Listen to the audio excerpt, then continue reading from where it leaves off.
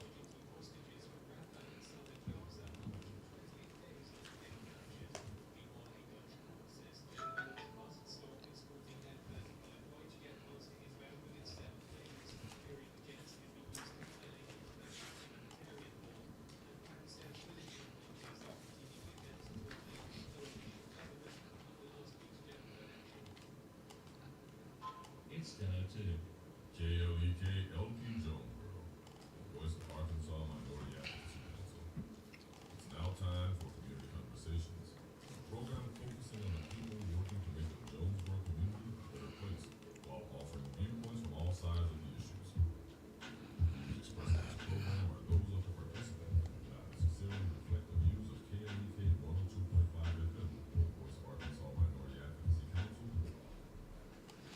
KLK 102.5 FM. Once again, good morning to you. It's Monday, February 12th, 2024. This is part 3 of Community Conversations. Not often that we do 3 in a day, but we got something special in store for you. So joining us now in the studio, once again, we have Shamal Carter of the Craighead County NAACP. He's back. And also joining him is Candace Evans of the Jonesboro Alumni Chapter of Delta Sigma Theta Sorority Incorporated. And they are teaming up for an event. It is called Beyond the Vote, Civic Engagement and You. It's going to be Thursday, February 15th at 6 o'clock p.m. in the A-State Student Union Room, Arkansas River Room. And they're going to have a panel which features Shamal and Dr. Anthony Coleman, Dean McDonald, and Shanoa Summers. Some of the topics that's going to be discussed is going to be the 2024 upcoming elections, basic voting terms and acronyms, your voting toolkit, running for office, and unpopular legislation. So I'm going to actually start with Candace this time because I know Candace always has plenty to say. So Yes, good morning, Laganzi, and thank you so much for having us here this morning to talk about this wonderful event. As you stated, we will talk about a number of things, and it's an open conversation. So this is civic engagement. We want everyone to come out and have these necessary conversations, especially our high school students who are looking forward, our seniors really, that will be voting this fall once they do turn 18, our college students, our young adults. This conversation is for everyone, those that are interested in eventually running for office, those individuals who are passionate about legislation but don't know what to do. And that's why Dean and Shamal are going to really hit on that topic, because they've been at the table with many different people voicing their opinion. And from what I believe, not many people know that we have that option, right? We don't just have to sit by and take the legislation that's put at us. We have the ability to Google things. We have the ability to look at the laws and legislation that's put on the table, and we have the opportunity to speak out, and our voices be heard. So I'm excited about this Thursday. okay, so I want to ask you this question. I actually asked it to Shamal when he was on earlier, especially with you dealing with the youth, those that are about to turn 18 and of voting age. What can be done to help overcome the voter apathy that's being felt, especially in that age group? Yeah, I think allowing children to understand, or young adults to understand, that they really do have power in their voices. I think so many times there's a misconception that the presidential election is the only election that really matters, when in essence, we have the opportunity, such as in these primaries in March, to put the people on the ballots that we feel are going to best represent our community, that are best going to represent our state. So I think that the education piece, in my opinion, is lacking. And I can't say that, oh, it's anyone's fault, but I think having those conversations. And one of the things that I noticed was that in 2022, I worked the election polls, and I saw a lot of others come in with their children, and this was an exciting event, going to vote with their parents, with their grandparents. Now, the location that I was in, it wasn't privy to minorities, but it saddened me that only 2 people who looked like me came in to vote. Not many young adults came in. You know, it's just those things that are disheartening to me. So for me, of course, it's like, okay, let's talk about this some more. Of course, we process, how can we do better? What can we do better? Do we need to start talking about it earlier? What's going to keep that morale in our communities to let people know that your voice truly does matter? And people say, well, you know, they're going to choose who they want. They're going to do what they want. No, but a lot of elections, especially locally, are determined by a small number of votes. So it's not just about these national elections, but it's what goes on right here in our communities. And Shamal was actually alluding to that when we had him on earlier, when he ran in his race for Justice of the Peace, how it came down to you said like 6 votes, something like that. Yeah. So it's again so important to vote. So let's get back to the event. And so obviously a big hot topic is going to be the 2024 upcoming election. So for this event, what about the 2024 elections will y'all touch on? Yeah, so I think it's more broad per se, like just going over those basic terms for voting. Of course, we know it is a presidential election, but however, at this event, we will have the opportunity to look at sample ballots. We'll have the opportunity to share how to go online and how to view your specific ballot for whichever party you identify with, or even if you don't. But it's just those tools and resources that are out there for everyone to see. You know, it's nothing that's hidden from us, but you can go online right now, put your first name, your last name, and your date of birth in, and get your sample ballot and have the opportunity to conduct your own research for whichever candidate that you're going to vote for. And of course, you can do a Google search for Arkansas Voter View, and it will Yes. definitely take you to that information. Now, I'm looking on here and it's saying your voting toolkit. So what's in the Yes. toolkit? So the toolkit is just what you said, going online, looking at voter view, and also basic terminology. So I think I got a little tech savvy now, but we do have a QR code. Yeah, I'm about to say shout out to your because you was working that QR code at the soul food dinner. And I was so excited. I told several people, including my wonderful president, Sora Bowie, Madam President. I have to give her a shout out because she was all for this event. She actually birthed the title of the event, and she just been phenomenal because as Deltas, we are social action. You know, that's, man, our long legacy in history is social action. So I'm grateful for that. But within that toolkit, it's just basically going to give those basic voting terms and also voter view.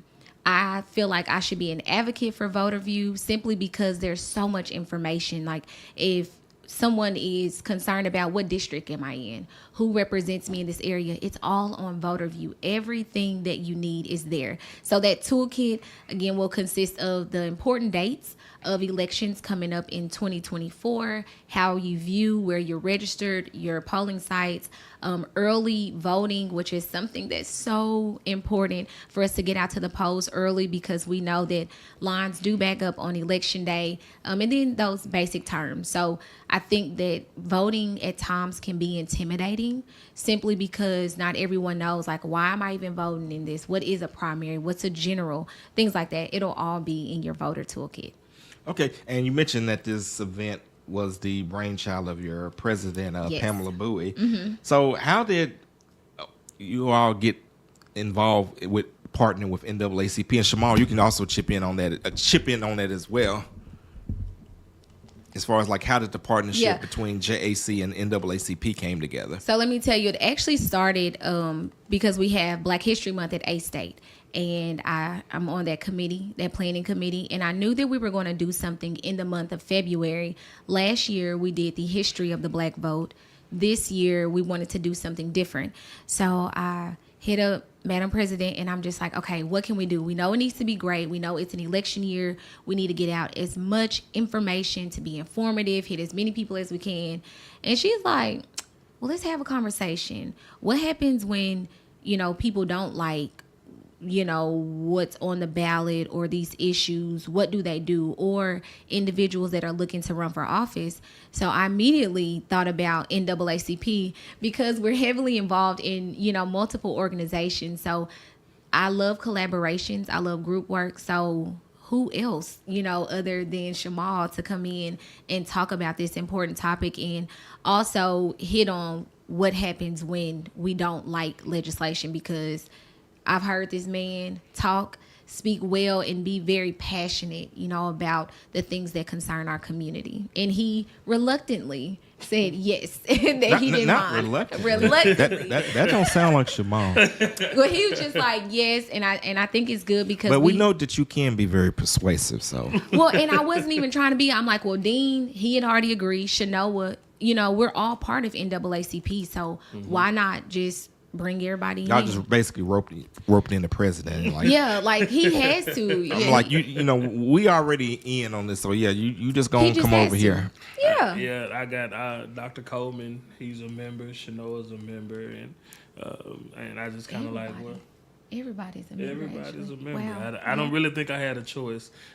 Initially, when she reached out, before she even said what it was, I was just like, go ahead. Yeah. And she was like, huh? So yeah, I trust you. I know that it's not gonna be no nonsense. I know that it's gonna benefit our community, and it was a no-brainer because we need this. The engagement that we'll get, hopefully, from our younger people. I was in church a few weeks ago, and the pastor said, I'm tired of preaching to old folks. Wow. And I was like, huh? He said, because if they ain't saved by now, are they gonna get saved? And don't take that the wrong way to the people out there that's so deep. But I kind of put that with working with young people. For so long, we have tried to engage this era of people to get them to vote, and they have decided not to. It's time to educate them on why they should be voting, and why it is important for us to take the reins and guide them in the right direction. Absolutely. And of course, let's talk about the event itself, like the format of. So there's going to be a panel. Will there be a Q&A from the audience? How will people pretty much interact during this event? Yeah, absolutely. I'll take you through the entire event. So we'll open up with a very short presentation of the terms, the acronyms, whatever we need to go lay the foundation for the program. And then my president will come up, will introduce our guest, and she'll go through the questions. So our panelists have some questions that we could ask, but it's a civic engagement. This is interactive. So if someone does have a question or they're not quite understanding something, they will have the opportunity to ask those questions. So once we go through that portion of it, then Marsha Smith will come up and run down the elections for this year. And then again, if anyone is not registered to vote, we will have voter registration as well. Okay. Definitely sounds like it's going to be a great format. So you definitely want to make sure that you have your face in the place. Now, of course, are there going to be any refreshments? Will there be refreshments? I think we'll have something. It won't be like dinner. We're going to try, not this time, but we will try to get in and out. I always say a power hour, get in and out. So by 7 o'clock, everyone will be hungry, and then they'll go have dinner. All right. Let's go to our Facebook shout out to Shantae Johnson, who says, blessings, family. Definitely appreciate you for checking in on our live feed. Now, of course, looking back at the flyer, it mentions running for office. So will there be information provided for, well, it's probably too late to file for this cycle, but right. But even just preparing the future candidates, what kind of information will you all have for those individuals? Yeah, well, we know that Dr. Coleman He's in office right now. He's our city councilman. So he's going to speak to a local perspective. We have Shanoa, who ran for Senate. She'll speak to the state and national. And then Shamal as well. We have three individuals on the panel who have gone through that process, and they'll be able to elaborate on it and answer any of those questions. This flyer was also sent to the advisor in the political science department, Miss Natasha Neal.